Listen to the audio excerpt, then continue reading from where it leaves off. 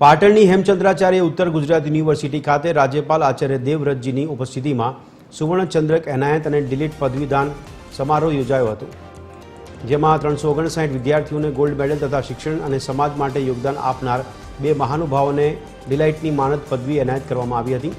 સમારોહમાં વર્ષ 2020ના 103, 2021ના 86, વર્ષ 2022ના 88 તથા વર્ષ 2023ના 82 વિદ્યાર્થીઓને ગોલ્ડ મેડલ આપવામાં આવ્યા અને સૌથી વધુ 230 વિદ્યાર્થીઓએ ગોલ્ડ મેડલ પ્રાપ્ત કરતા ઉપસ્થિત મહાનુભાવોએ વિદ્યાર્થીઓને બિરદાવ્યા હતા।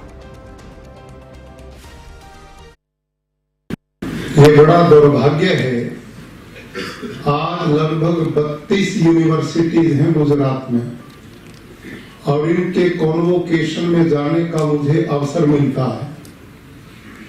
मैं अनुभव करता हूं पहले 80% जो गोल्ड मेडल है वो सभी बेटियां ले जाती हैं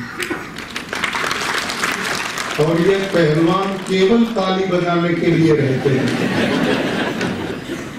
तो हम सुनते थे महिला सशक्तिकरण, उनका तो बिल्कुल पक्का हो गया।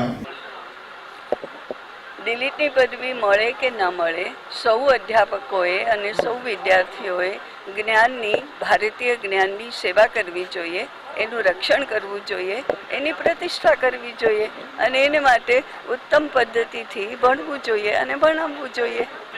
હા, એમણે જ કીધું ને, છોકરાઓએ પણ ભણવું જોઈએ। છોકરીઓ ભણે છે એટલે આગળ વધે છે, છોકરાઓ કદાચ ભણતા નથી અને આળસુ રહી જાય છે તો એમણે પણ ભણવું જોઈએ તો એ પણ છોકરીઓની જેમ આગળ વધે।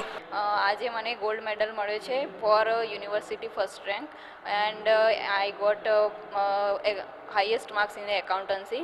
આજે હું બહુ જ ખુશ છું, મને બહુ ગર્વનો અનુભવ થઈ રહ્યો છે, મારું સપનું પૂરું થઈ ગયું છે। એકચ્યુઅલી મને પહેલાં સિલ્વર મેડલ મળ્યો છે તો મને એવું ફીલ થતું હતું કે મને ક્યારે ગોલ્ડ મેડલ પણ મળશે, તો આજે મારું એ સપનું પૂરું થઈ ગયું છે। આ સપનું હાસિલ કરવા માટે મારા સપોર્ટની સાથે સાથે મારા ફેમિલી મેમ્બર્સ અને મારા કોલેજના પ્રોફેસરનો પણ ખૂબ ખૂબ આભાર હું માનું છું।